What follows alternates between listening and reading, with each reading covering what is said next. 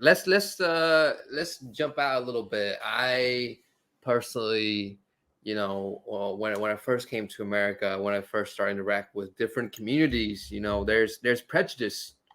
We are humans. There are prejudice in our have been passed through generation, and like Aaron said, have been taught through school. These are prejudices have been reinforced for decades. We're not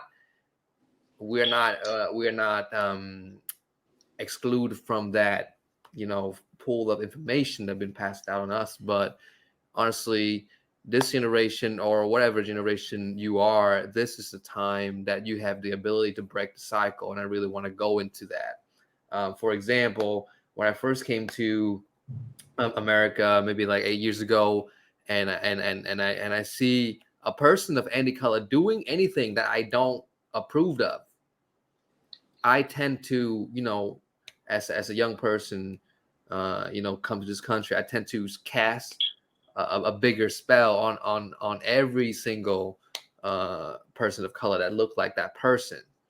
But then, as I come through and, as we grow as a person, we must find a way to decompartmentalize our experience with one person to a community. And I think that is very important for us as, for Asians, American, and Vietnamese community. When we talk about different minority group, we also talk about them as a group.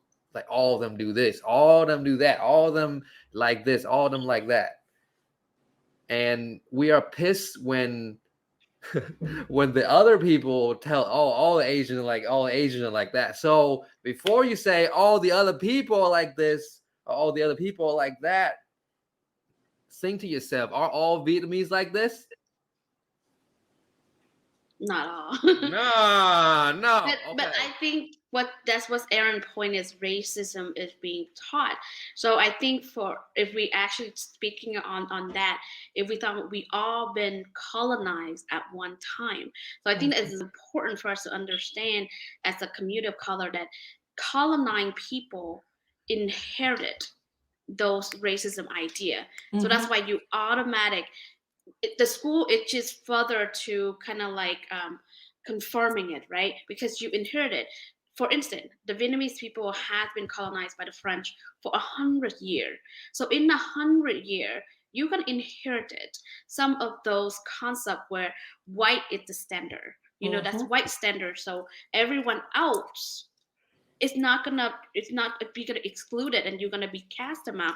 So there's a saying in Vietnamese is like, phải ở nhà Tây hay lấy vợ đầm, which means like you have to live in a Western home, or you got to be married to a blonde lady to as a standard measurement of success, as a standard measurement that you got, that you made it. So these are bias already we inherited due to being colonized under these white supremacy for years and thousands of years around the world. So when we move here in the country that in place that it's almost like you're walking in, like recognize that, oh hey, it's home, because I'm already inherited this. So of course you're gonna feel like, and that's the reason why they always say that tokenism is racism as well, because that's why they use us and say, see, you see what I'm talking about, that's why you have to do this.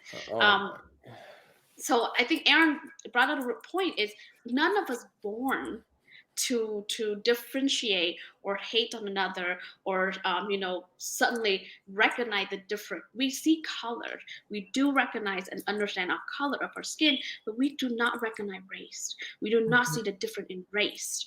We only begin to do that when we inherited those racism idea from colonization.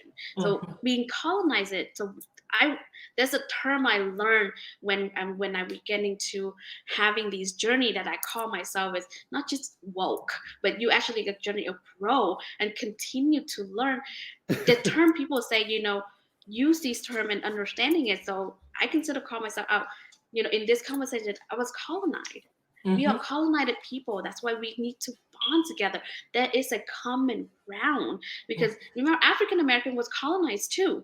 Apartheid is an evidence of racism, apartheid, and that's the reason why when even when the Nelson Mandela unified South Africa, there's still a struggle. There's still a struggle to it.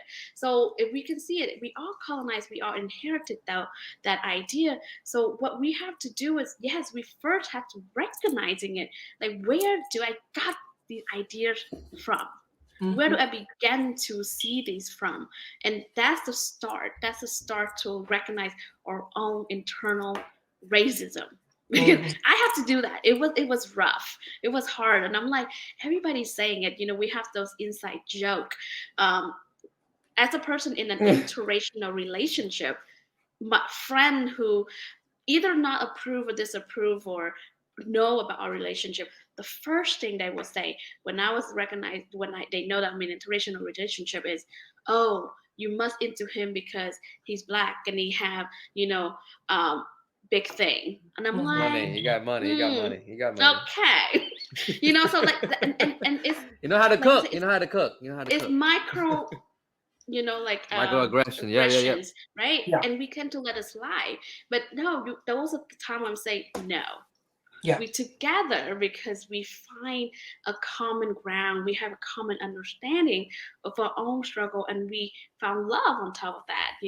So I have to face that. I have to challenge that in order for me to grow, in order for me to say, there's a reason why I support this. There's a reason why this is so important work that we have to continue to do.